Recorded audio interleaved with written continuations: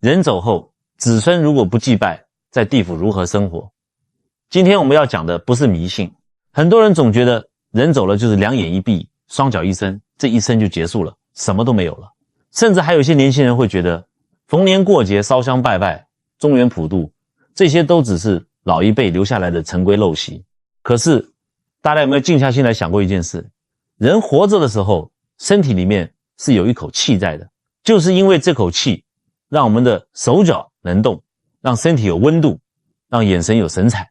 让我们能够吃饭、讲话、走路、做事。可是当一个人离开人世之后，肉体虽然归于尘土，但那一股气真的会平白无故消失吗？老祖宗讲得很清楚，这叫做气化为神。人走了，绝对不代表什么都没有了，而是从有形的身体转化成了无形的气场。你想想看，你跟你的父母、你的阿公阿嬷、你的历代祖先身上流的是同一条血脉，成的是同一个家族的根。你们之间的气场并不是人一走就彻底断了。这就好像以前我们用的收音机天线，你肉眼看不到电波在哪里，可是天线一接上，频道一调对，声音马上就传过来了。祖先跟子孙之间也是这个道理，你看不到不代表不存在，你听不到不代表没有感应。现在很多年轻人以为我不拜祖先，自己在下面也会过得好好的吧，反正他们生前也辛苦一辈子了，走了之后应该享清福了吧。各位乡亲，如果抱持的这种观念，那就真的大错特错了。阴间也有阴间的运行规则，阳间的子孙如果完全不祭拜、不上香、不供饭，连一个公妈牌都不留给他们作为安身之处，那么祖先在下面会变成什么样子？就像一个老人家流落街头，没人照顾，没钱可花，连个遮风避雨的地方都没有，他们在下面怎么会不苦，怎么会不急？祖先一急，那股求救的磁场就会顺着血脉传回子孙身上，子孙的气场也会跟着乱，轻则破财，重则身体出状况，家庭不和，诸事不顺。所以今天的内容各位一定要耐着性子听到最后，我要用最接地气的方式给大家讲清楚，子孙不祭拜，祖先在下面到底会过什么日子，我们又该怎么做才能让祖先安宁，也让子孙得到庇佑，让家运慢慢兴旺起来。我们先来讲一个真实的案例，你听完就会明白，这件事绝对不是嘴巴上吓唬人的。以前在桃园有一位做传统产业的林董，林董生前可以说是风风光光，出门有司机接送，坐的是黑头车，吃的是山珍海味，住的是几百坪的透天厝，地方上很多人都认识他，政商关系也很广，谁见到他不客客气气喊一声林董。后来在林董70多岁的时候，突然生了一场疾病，人就走了，丧事办得非常大，花圈排了整整一条街，来上香的人一批接着一批，亲戚朋友都说林董生前这么有本事，到了下面一定也是大老爷，应该不会委屈。结果呢，到了下面完全不是这么一回事。林董一走，留下了一大笔遗产，他的3个儿子2个女儿，为了争工厂股份、争房子、争现金，直接在灵堂前就吵了不可开交，丧事都还没办完，兄弟姐妹已经撕破脸了，后来更是闹上法院，官司一打就是好几年。这一闹，谁还有心思管老父亲？丧事办完，坐满7七49天过后，林董的公妈牌被大儿子随便塞在工厂仓库的一个阴暗角落，上面挤满了厚厚的灰尘。逢年过节，兄弟姐妹互相推来推去，大儿子冷笑着说，二弟都没出钱，凭什么要我拜？二儿子翻了个白眼回呛，妹妹都嫁出去了，这不能算我们这边的责任吧？女儿又指着哥哥们骂，我们嫁出去的女儿泼出去的水，娘家兄弟自己要处理。就这样推来推去，最后竟然整整3年，没有一个人认真给林董上一炷香，没有烧过一张纸钱，也没有供过一碗热饭。到了第4年的冬天，林董生前最信任的一位老员工，大家都叫他阿彪，突然做了一个非常清晰令人毛骨悚然的梦。阿彪梦到自己走到一个灰蒙蒙的地方，那里没有太阳，天色阴阴暗暗，四周刮着冷飕飕的风，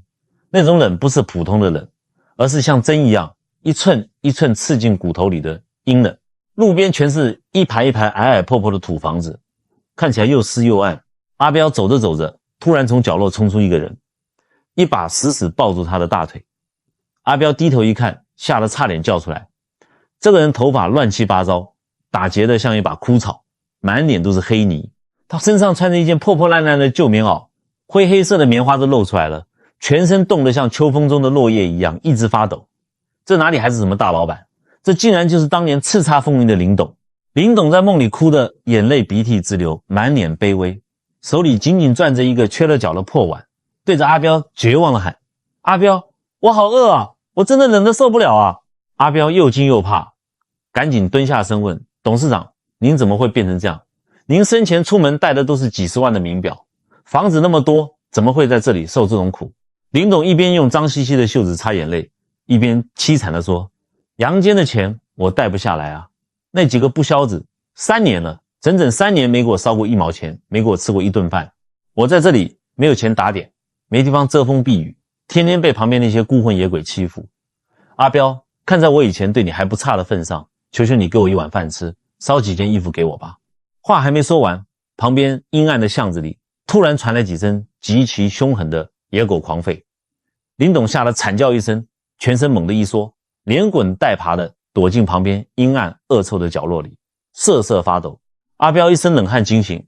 连枕头都被汗水浸湿了。第二天他不敢有丝毫拖延，自己掏腰包买了最丰盛的饭菜，大把的挂金，还有几套厚实的纸扎衣服，跑到十字路口，对着林董以前工厂的方向，一边掉眼泪一边烧给他。各位乡亲，这个故事听起来很震撼，但它背后讲的就是一个很铁的道理。你在阳间存折里有几个亿，名下有几十栋房子，如果生前没有积福，走后又没有子孙祭拜，没有香火供养，到了下面照样可能变成个穷光蛋。阴间不看你生前名片印得多漂亮，也不管在阳间大家是叫你董事长、总经理还是大老板，阴间看的是你有没有香火，有没有子孙的牵挂，有没有人还记得你、供养你、感恩你。这个念想就是祖先在阴间最重要的依靠。听完林董在阴间的遭遇，很多朋友可能心里会纳闷，那为什么要透过烧香、烧纸、供饭来传递呢？因为我们活在阳间，靠的是有形的物质，人要吃饭，要喝水，要用钱，要穿衣服。可是人走之后，肉体没有了，剩下的是气，是无形的磁场。阴间的灵魂不能直接吃阳间的白米饭，也不能直接花阳间的钞票，这个时候就需要一个转换的方法。这个转换器是什么？就是火。在义理里面，火属离卦，代表光明，也代表转化。你点燃一炷香，你烧一张金纸，你把贡品摆在神桌前，就是透过火与心念，把有形的东西转化成无形的气与能量。祖先在下面真正收到的，不是那张纸本身，也不是那碗饭的米粒，而是那份经过转化之后的气。所以大家有没有发现，很多人拜完祖先之后，贡品再拿来吃，有时候会觉得味道变淡了，或者很快就不新鲜了。民间的说法就是，里面那股气已经被祖先领受了，剩下的是物质的形。烧香、烧纸、供饭，在老祖宗的观念里，并不是迷信，而是一种阴阳之间的能量转换。你没有这个仪式，祖先在下面就少了能量来源，没有人拜，没有人念，没有人供养的灵魂。在阴间就像次贫阶级，过得比阳间的乞丐还辛苦，连过桥、过关、疏通、打点的费用都没有。在阳间，我们一般人最怕什么？怕没钱花，怕没房住，怕老了生病没人照顾，对不对？到了阴间，灵魂最怕的也是3件事。第一，缺钱，也就是没有子孙香火。第二，缺房，也就是没有安稳的公妈牌作为归宿。第三，缺靠山，也就是没有子孙心里的牵挂与纪念。这3样如果全都没有，这个灵魂遇到节气转换、年节交替、阴阳气场比较动荡的时候，就会更辛苦。你看阳间天气一热，人会烦躁，天气一冷，人会不舒服。其实阴阳交界处的气场变化更剧烈。有子孙祭拜的祖先，家里神桌清香一烧，祖先就像回到自己的屋子里，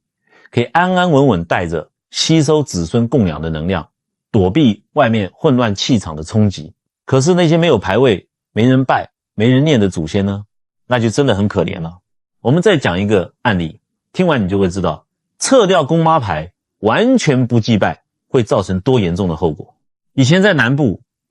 有一位老母亲，先生走得早，她一个人做家庭代工，又去市场卖菜，一分一毫省吃俭用，做牛做马，把3个儿子拉拔长大。她一辈子没享过什么福，年轻时为了孩子奔波劳碌，手指都变了形，老了又生病，拖了好几年，最后还是在痛苦中走了。原本家里有请人来安公妈牌，祖先会安得好好的，可是过了几年，大儿子和大媳妇接触了外面传来的某些观念。这里我们要先讲清楚，任何宗教如果是劝人向善、劝人孝顺、劝人做好事，那都是好的，不需要互相批评。问题是有些人听到一些偏激的说法，自己又没有分辨能力，就开始觉得拜祖先是不对的，觉得神主牌只是一块木头，甚至把祖先位当成不干净的东西。这位大媳妇就是这样，她趁2个小叔不在家，竟然直接把家里供了几十年的公妈牌请下来，用黑色塑胶袋一包，拿去当大型垃圾，跟着资源回收，车直接丢掉了。各位乡亲，这个动作在台湾民间的观念里是非常严重、大逆不道的事。老母亲的魂魄本来在公妈牌里住得安安稳稳，你可以把公妈牌想成祖先在阴间对应阳间的一间房子，一份户籍，一处可以回来的地方。结果突然之间，房子被强拆了，户籍被注销了，连根都被拔掉了，老母亲一下子就变成了没有地方可回的孤魂。你想象一下那个画面，到了除夕夜，家家户户围炉，别人家的过世长辈都有子孙烧香供饭，有新衣服穿，有纸钱可以用，热热闹闹的。可是这位老母亲呢，她也想回家看看孙子长高了没有，也想靠近自己的孩子，可是家里已经没有她的位置了，门口没有她的名分，屋内没有她的牌位，连家门都进不去，只能被门神挡在外面。她只能在阴冷的街道上流浪，穿着生前那件满是补丁的旧衣服，在阴风里瑟瑟发抖。别人家吃大鱼大肉，她只能蹲在冰冷的墙角边，看着别人家的子孙送钱送衣，自己连一口热饭都没有。老母亲心里会不会难过，会不会委屈？她心里默默流着血泪想，我年轻时吃尽苦头，把你们3个拉拔大，为了这个家我什么都舍得，连命都可以不要，结果我走了之后，你们连一个巴掌大的安身之处都不给我，竟然把我像垃圾一样赶到外面去流浪。各位，父母跟子女的血脉是连在一起的，老母亲在阴间的悲痛、委屈和极度的怨气，会不会影响阳间的孩子？当然会，那股巨大的负面磁场就会顺着血脉一寸一寸反扑到3个儿子的身上。没过半年，大儿子骑机车下班，莫名其妙精神一阵恍惚，自己撞上电线杆，小腿粉碎性骨折，休养了大半年。二儿子原本经营的好好的五金生意，突然被上游厂商盗账，几百万血本无归，连夜落跑。三儿子更惨，太太突然陷入严重忧郁，整天在家里摔东西大哭，差一点连孩子都受到无法挽回的影响。一家人搞得乌烟瘴气，四分五裂，到处求神问卜，最后找到一位懂得阴阳规矩的长辈，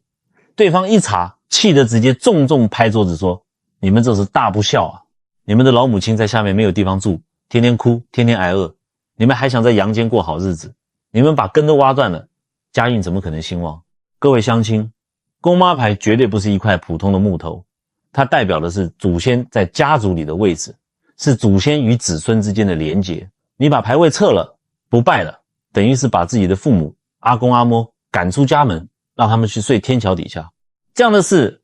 老天看了都会摇头。你还希望家里风水好，财运旺，子孙平安，那不是本末倒置吗？这就是无人祭拜最悲凉的处境。现在很多人以为自己很聪明，觉得省了几炷香，省了几次过节拜拜的麻烦，好像占了天大的便宜。其实你省掉的不是麻烦，你断掉的是家族的根，失去的是祖先的庇佑，这笔账怎么算都划不来。话再说深一点，前面讲了，祖先没人拜，在下面会受苦，可是一定有人会心里嘀咕，他在下面受苦是他的事，我在阳间过我的日子，井水不犯河水，难道他还能跑出来影响我吗？会这样想的人真的要好好听下去了。老祖宗讲同气相求，这4个字一定要死死记住。你跟祖先不是陌生人，你们是同一条血脉，同一个根源。你身上的气来自父母，父母的气来自祖父母，再往上就是一代一代的祖先。你们之间的频率就像广播电台和收音机，只要频道对上，就会互相感应。当祖先在阴间没饭吃、没钱花、没地方住，受尽委屈和折磨的时候，它会产生痛苦、焦虑、悲伤和怨气。这股能量不会凭空消失，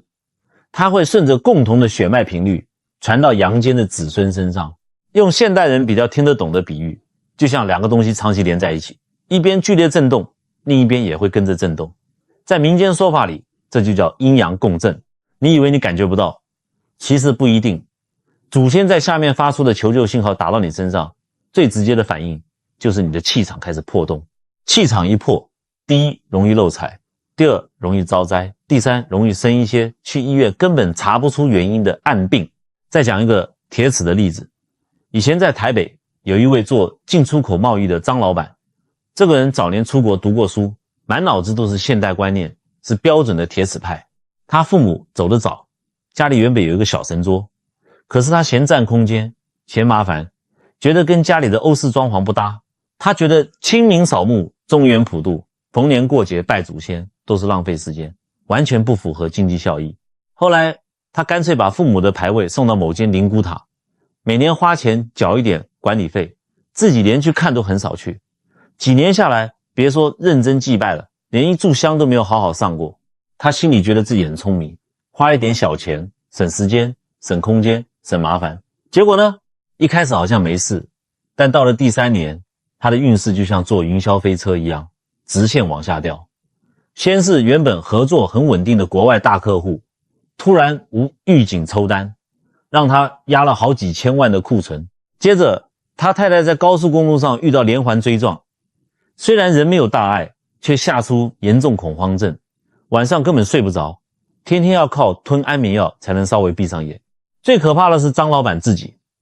他开始夜夜鬼压床。后来他脸色惨白的形容说，每天晚上只要一闭眼，就感觉有2-3个沉重冰冷的黑影压在胸口，像有一双看不见的手死死掐着他的脖子。梦里想叫叫不出声，想动也动不了。每天早上惊醒，全身都是刺骨的冷汗，床单湿到像刚洗过一样。短短3年内，他开的2家公司接连倒闭，几千万家产赔得精光，还欠了银行一屁股债。张老板这才真的害怕了，到处找人看风水算命。后来有人一针见血地提醒他，要先回头看看祖先这条线是不是断了。他一听，整个人愣在原地，眼泪直接掉了下来，因为他自己心里也明白，父母已经被他冷落太久太久了。懂行的长辈点醒他说，你把父母丢在灵骨塔里不管，那叫寄人篱下。塔里装潢的再庄严，那也是公共场所，别人家子孙逢年过节去探望，烧香供饭，你父母只能缩在角落里，眼巴巴看着别人共享天伦。这种被亲生骨肉遗忘、被抛下的委屈和心酸，最后都会加倍反映在你身上。你生意想顺，怎么可能顺？后来张老板亲自去塔里，在父母牌位前深深忏悔，不是随便敷衍拜一拜，而是真心双膝跪下来，痛哭流涕，把这些年不懂事、不孝顺的地方一件一件说出来，磕头请父母原谅。之后他又专门选了合适的吉日，重新把公妈牌请回家，安置在最亲近的位置，定期上香供奉，也安排贡品与金子，替祖先补充阴间所需的能量。说来也奇妙，祖先未安好的当天晚上，张老板胸口那股沉重的压迫感彻底消失了，他终于一觉睡到天亮，再也没有被鬼压床。3个月后，一个以前的老客户突然回头找他，下了一笔起死回生的大订单，把他的公司从悬崖边硬生生拉了回来。各位朋友，说这些不是要吓你，而是要苦口婆心的提醒你，祖先不安，子孙很难真正平安。你把祖先照顾好，让他们在下面有依靠，有香火，有面子，他们自然会把那股安定的正能量回馈给你，护着你出入平安，事业稳定，财源慢慢打开。这才是最根本最顶级的风水局。听到这里，很多长辈心里可能开始紧张了，说得这么严重，那是不是以后要多买几栋纸扎别墅，多烧几台纸扎超跑给祖先？每次拜拜是不是都要准备满桌山珍海味，祖先才不会受苦？各位，这样想又走偏了。阴间真正流通的货币，不是你烧了几卡车金子，也不是你摆了多大排场，而是你的心念。你的心在哪里，能量就到哪里。你如果花了好几万块买了一座山那么高的纸钱，可是你一边烧金纸，一边不耐烦的抱怨，热死人了，赶快拜完，我要回去吹冷气看电视。那你烧下去的东西到了阴间未必有多少能量，为什么？因为你的心根本没有进去，你只是机械性的把动作做完而已。我来讲一个一碗清水的故事。以前在云林乡下有个做土水的年轻人，我们叫他阿南。阿南家里很穷，住的是破旧的铁皮屋，夏天闷得像烤箱，冬天冷风顺着缝隙直直灌进来。他的老母亲生病拖了几年，最后还是走了。阿南把自己在工地流血流汗辛苦存下来的钱几乎都拿去办后事，办完后家里穷到连买块猪肉的钱都要算了又算。到了老母亲对年的时候，隔壁村有一户有钱人家也在祭祖，那户人家排场极大，杀猪宰羊，还请了阵头，烧的纸钱堆得像一座小山，火光冲天，热闹非凡。可是那户人家的几个儿子一边往火里扔纸钱，一边在神桌前为了几分田产的分配吵得面红耳赤，互相指着鼻子骂，差一点就在祖先面前动手打起来。反过来看阿南这边，他真的没有钱买大鱼大肉，他只是在家里那张老旧斑驳的神桌前用抹布把桌面擦得一尘不染，干干净净，然后他恭恭敬敬端上一碗刚打上来的清澈见底的井水，点上一柱便宜但干净的清香。阿南双膝跪在冰冷的水泥地上，看着母亲的神主牌，眼眶一红，眼泪一滴一滴砸在地上。他在心里默默坚定地说，阿母，儿子没本事，赚不到大钱，这次只能先给您奉上一碗清水，但是您放心，只要我阿南还有一口气在，就不会让您断香火，我一定会把您的孙子好好养大，让他好好读书，让咱们这个家堂堂正正的慢慢翻起来。阿南就这样挺直腰板跪了半个多小时，一动也不动。大家知道这个时候在阴间会形成什么样的能量吗？一般民间描述，阴间常常是灰暗冷清的。那户有钱人家烧下来的金山银山，因为子孙心里充满贪念，怨气和恶毒的算计转化过去之后，全都带着浑浊发黑的浊气。祖先看了不但不欢喜，反而心里更痛苦更难过。可是阿南这边那一碗清水里面装的根本不是水，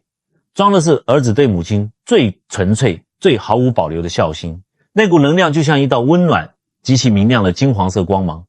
瞬间穿透了阴间的灰暗，直接照在母亲身上。老母亲原本在下面过得清苦，忽然之间手里像是多了一碗晶莹剔透的清净甘露，这碗水一喝下去，身上所有的病痛寒冷与委屈都在金光中慢慢消散，整个人也变得安稳明亮。这股强大的孝心磁场甚至感动了附近的福德正神。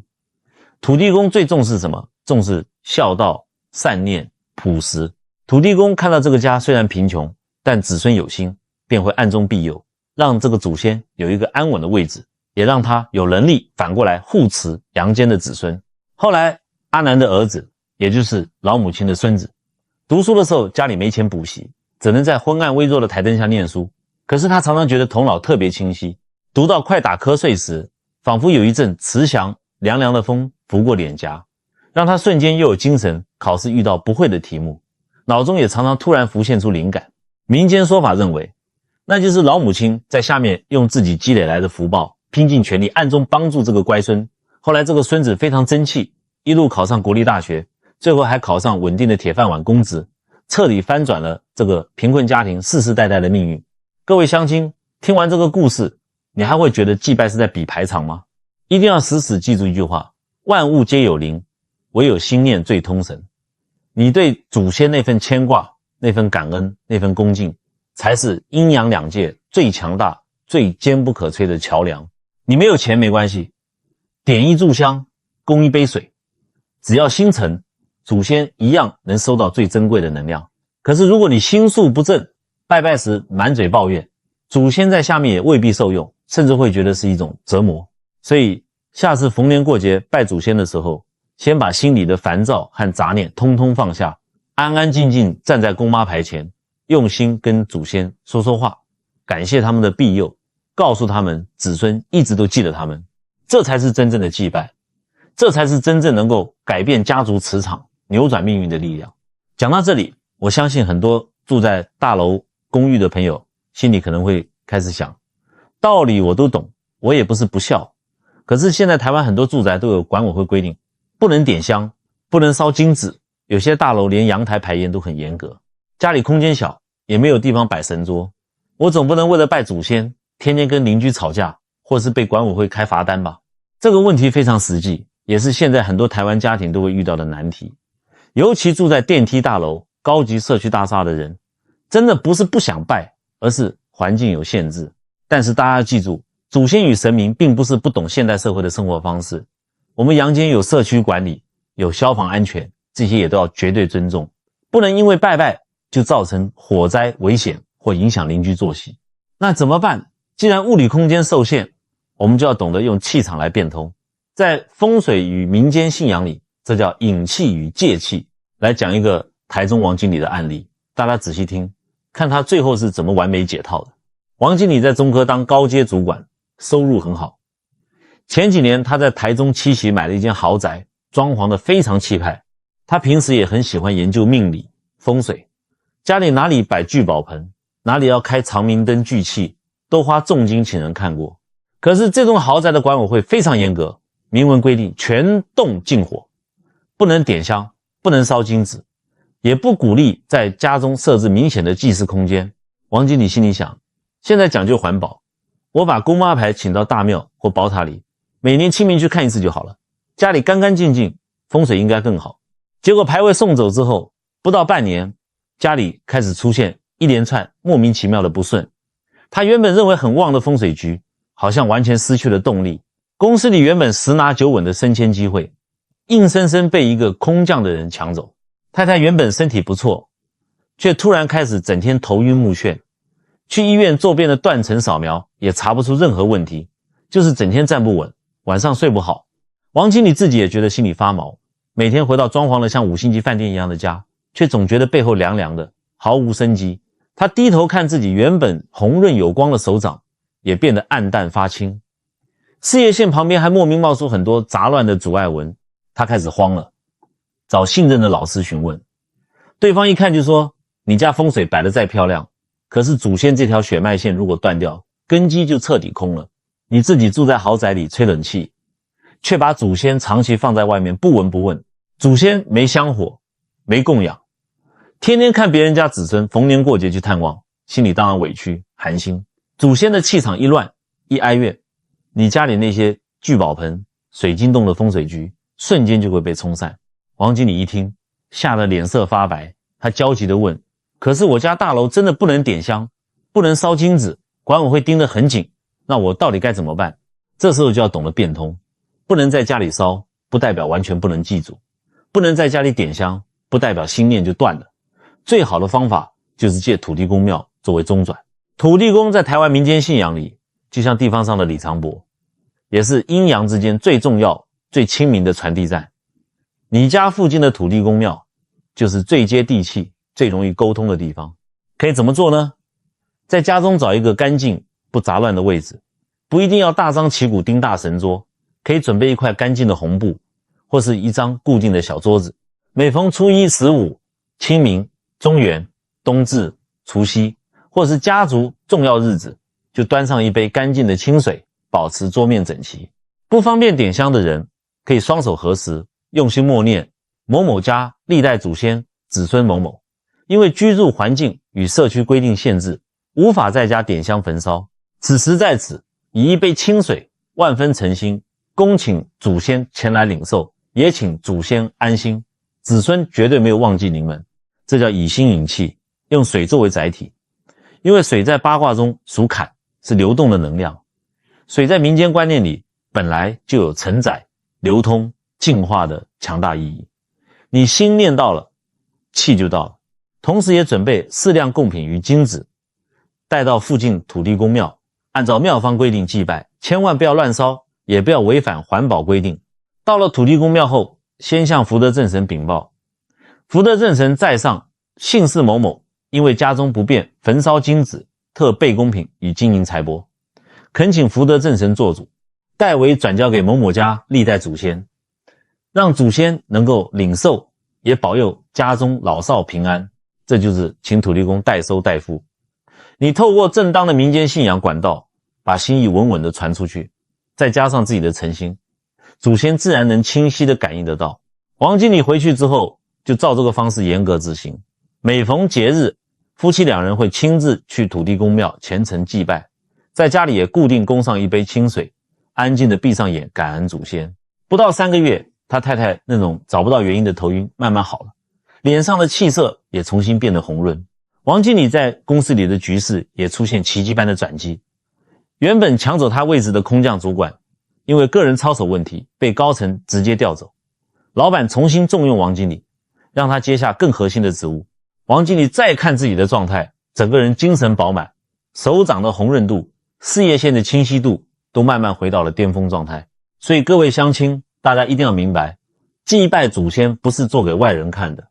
也不是去跟亲戚比谁家贡品多，谁家金子烧得高。真正的重点是你有没有把祖先放在心里最深处，有没有让这个家的根继续稳稳地扎在泥土里。那很多人听到这里可能又会问，我们平常到底要怎么做才算是对祖先有交代？是不是一定要背很多咒语，很懂复杂的仪式规矩，才不会拜错？各位放轻松，不用紧张，祖先不是外人，祖先是自己血脉相连的家里人。真正重要的不是你会不会背复杂的口诀，也不是你能不能准备多豪华的贡品，而是3件事：记得、感恩、延续。第一，要记得。什么叫记得？不是只有清明节到了才突然拍脑袋想到要扫墓，不是除夕夜拜拜才匆匆忙忙喊一下祖先的名字。真正的记得是你平常心里就非常清楚，自己不是凭空从石头里蹦出来的。你今天能站在这里，能有一口安稳饭吃，能有一个遮风避雨的家，能有子孙后代，背后都有一代又一代祖先流血流汗的辛苦。我们台湾长辈常讲一句话，吃果子拜树头。这句话很浅白，却透着极深的大智慧。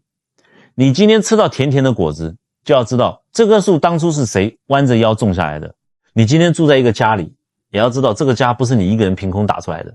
是前面很多长辈一点一滴省吃俭用累积来的。有些人父母也许没有留很多财产，有些祖先也许一辈子只是普通农民，做工的、摆摊的小贩，没什么名气，也没什么社会地位。可是没有他们就没有我们，哪怕他们只是辛苦种田，在菜市场大声叫卖，那份沉甸甸的苦劳也绝对值得我们记一辈子。第二，要感恩。很多人拜祖先的时候，嘴巴念得很快，心里却浮躁得很，香一插，饭一摆，转头就想赶快结束，去干别的事。可是各位，拜祖先最重要的是把心跳放慢一点。你可以在公妈牌前或是扫墓的时候闭上眼，跟祖先说几句心里话，比如说，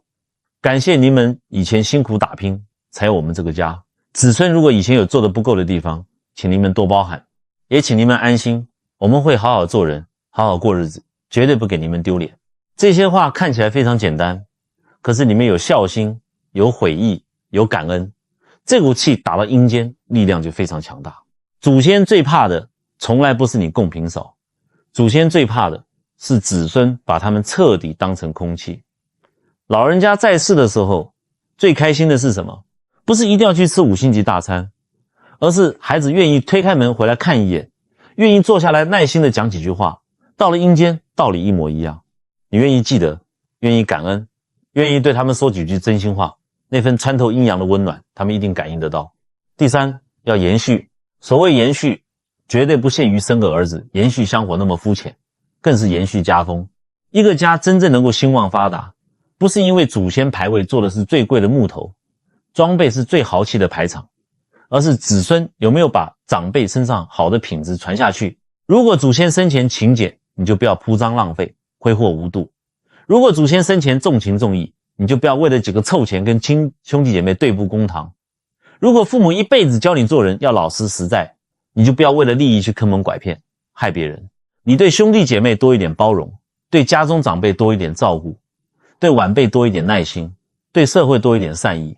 这些平日里累积的善念，最终都会变成保护整个家族的巨大福报。大家要知道，一个家族的运势不是一天突然变好的，也不是一天突然败光的，它是靠一代一代人的心念像叠砖块一样累积起来的。上一代如果吃苦耐劳，下一代就比较有根基。这一代如果懂得感恩，懂得孝顺，下一代就比较容易出逢凶化吉的贵人，出有出息的好子孙。所以很多时候最根本最有效的改运就是从家里的根开始修。你把祖先安顿好，把父母孝顺好，把兄弟姐妹心里的怨结慢慢化开，把自己的心念调正，这个家的气运就会奇迹般的一点一点转回来。如果你因为工作忙碌，或者以前不懂事，已经很多年没有好好拜过祖先了，也不用害怕，更不用自责到不敢去面对。人最怕的不是过去做错，而是明明知道了道理还继续装作不知道。只要愿意回头，愿意在心里补上这份心意，祖先绝对能够感受到子孙的诚意。各位乡亲，祖先要的从来不是我们去害怕他们，而是希望我们记得他们，不是要我们去负担那些买不起的排场，而是希望我们有一颗永远不忘本的心。只要这个心念还在，家族的根就不会断。只要家族的根还死死扎在土里，子孙的路就永远不会陷入彻底的黑暗。所以从这一刻开始，不要再把祭祖当成沉重的麻烦，也不要把拜拜当成逼不得已的压力。它其实是在帮我们找回自己的根，找回灵魂深处家的方向，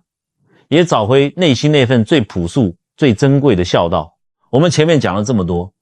从阴间的运行规矩到无人祭拜的悲惨处境，从阴阳共振的震撼道理到一碗清水如何感动天地，再讲到现代大楼住户该怎么变通戒气。讲到这里，真正要苦口婆心提醒大家的，其实不是叫你迷信，也不是叫你乱花钱去做法事，而是要把一个最根本的观念找回来。如果一个人连生他养他的父母，连传承血脉给他的祖先都可以狠心抛弃，不闻不问，让他们在阴间挨饿受冻，孤苦无依，为了争一点微薄的家产，兄弟姐妹可以在长辈灵前大吵大闹，互相恶毒算计。你说这个人的心是不是已经彻底坏了？他每天从心里散发出来的气场，是不是充满了自私、贪婪、怨气和刻薄？带着这样浑浊恶劣的气场，就算家里摆了再多昂贵的招财物，请大师摆了再多风水阵，真的会有用吗？很难，因为他的心已经像一个破了个大洞的瓦罐，好运、财富、贵人，就算侥幸进来了，也留不住，很快就会漏得一干二净。再回头看看前面讲的阿南，他穷得叮当响，连一块肉都买不起，住着铁皮屋，夏天热得像烤箱，冬天冷得直打颤，哪里谈得上什么豪宅风水？可是他有一颗至诚至孝的金子般的心，他对母亲的牵挂、感恩与承诺，发出来的是非常纯粹、极其明亮的强大正能量。这股正能量不只让他的母亲在阴间得到安稳，也感动了天地神明，最后全部回馈到子孙身上，让整个家族彻底翻转。这就叫福地福人居。你住的就算不是豪宅，也能住出安稳兴旺的强大气场。你做的就算只是市场摊位、小吃生意，路边卖阳春面，只要心正气顺，也一定会遇到贵人相助，慢慢把生活做得红红火火。我们逢年过节烧香拜祖先，表面上看是给祖先送钱、送饭、送衣服，实际上是在修我们自己的这颗心。这个仪式是时时刻刻敲打，提醒我们做人绝不能忘本，要懂得饮水思源，那份极其纯粹的感恩，就是你人生最强最灵验的护身符，也是你留给子孙后代最珍贵永远花不完的传家宝。此时此刻，你的心里是不是也想起了某位已经离开人世的亲人？也许是父母，也许是阿公阿嬷，也许是曾经最疼你把你捧在手心里的长辈。你是不是也觉得以前自己不懂事，有很多话还没来得及对他们说，有很多感谢还没来得及表达？没关系，阴阳虽然相隔，但心念永远相通。在这里，我想邀请大家在影片下方的留言区留下你对先人的一句善言，一份祝福。你可以写：阿公阿嬷，我在阳间过得很好，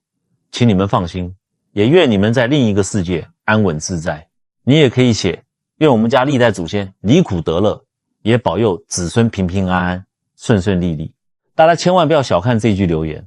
当100个人、1000个人、10000个人都在这里留下真诚的感恩与祝福时，这里就会汇聚成一个极其强大、不可思议的正向共振磁场。你留下了一句善言，不只是在表达思念，也是在时时刻刻提醒自己不要忘本。你的祖先若能感应到这份心意，自然也会感到无比的温暖与安慰，而这份善念也会反过来安定你焦躁的心，帮助你把家里的气场慢慢调顺，让生活逢凶化吉，一步步走向平安、顺利、健康与圆满。让我们一起用这份至诚的心念缅怀先人，也照亮自己未来的人生道路。祝福各位心想事成，阖家平安，家运昌隆。我们下次见。